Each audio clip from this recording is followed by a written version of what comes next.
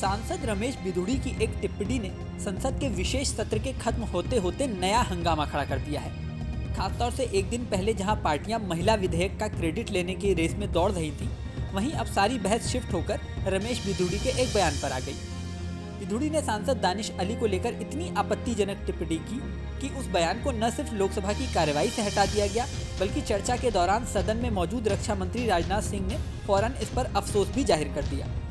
यहाँ तक कि बीजेपी ने खुद अपने सांसद के खिलाफ कारण बताओ नोटिस जारी कर दिया। रमेश बिधूड़ी की टिप्पणी से सिर्फ वही निशाने पर नहीं आए, बल्कि भाजपा के वरिष्ठ नेता और पूर्व केंद्रीय मंत्री डॉक्टर हर्षवर्धन को इस बात के लिए सफाई देनी पड़ी कि वे बिधूड़ी की विवादित टिप्पणी वाले वायरल वीडियो में साथी सांसद के साथ पीछे हंसते हुए दिखाई दे रहे थे। हालांकि सांसद रमेश बिधूड़ी इससे पहले भी कई बार विवादों में आ चुके हैं। इससे पहले साल 2017 में उन्होंने कांग्रेस पर हमला करने के लिए सोनिया गांधी के इतावली मूल का मुद्दा उठाया था। मथुरा में उन्होंने एक जनसभा के दौरान इटली को लेकर टिप्पणी की थी। यह मुद्दा काफी चर्चित रहा था। हालांकि बाद में मीडिया ने जब उनसे टिप्पणी के बारे में सवाल पूछा तो बिधूड़ी ने कहा कि उन्होंने ये बात कांग्रेस की उस आलोचना का जवाब देने के लिए कही थी कि सरकार बनने के 2.5 साल बाद भी बीजेपी ने अपने वादे पूरे नहीं किए हैं। इसके अलावा साल 2015 में 4 महिला सांसदों ने उन पर टिप्पणी करने का आरोप लगाया था। घटना 4 अगस्त 2015 की है। रंजीत रंजन, सुष्मिता सेन, अर्पिता घोष और पीके श्रीमती टीचर ने बिधूड़ी पर अमर्यादित भाषा का इस्तेमाल करने का आरोप लगाया था। हालांकि बिधूड़ी ने इन आरोपों से इनकार किया था। उन्होंने मीडिया के सामने ये भी कहा था कि मेरी किसी से कोई व्यक्तिगत दुश्मनी नहीं है, और उन्होंने साथ ही इन आरोपों से एकदम इनकार कर दिया था। कई साल पहले दिल्ली के एक स्कूल के संबंध में कुछ पेरेंट्स ने शिकायत की थी। तब भी रमेश बिधूड़ी की इस मामले में टिप्पणी सुर्खियों में आ गई थी।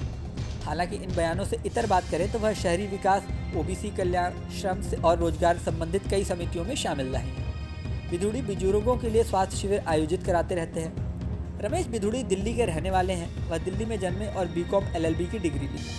उन्होंने प्रोफेशन में वकील, बिजनेस, किसान और सोशल वर्कर लिखा हुआ है। हालांकि लंबे समय से वह राजनीति में सक्रिय है।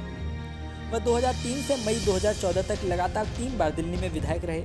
2014 और 2019 में वह दक्षिण दिल्ली के लोकसभा के सदस्य निर्वाचित हुए।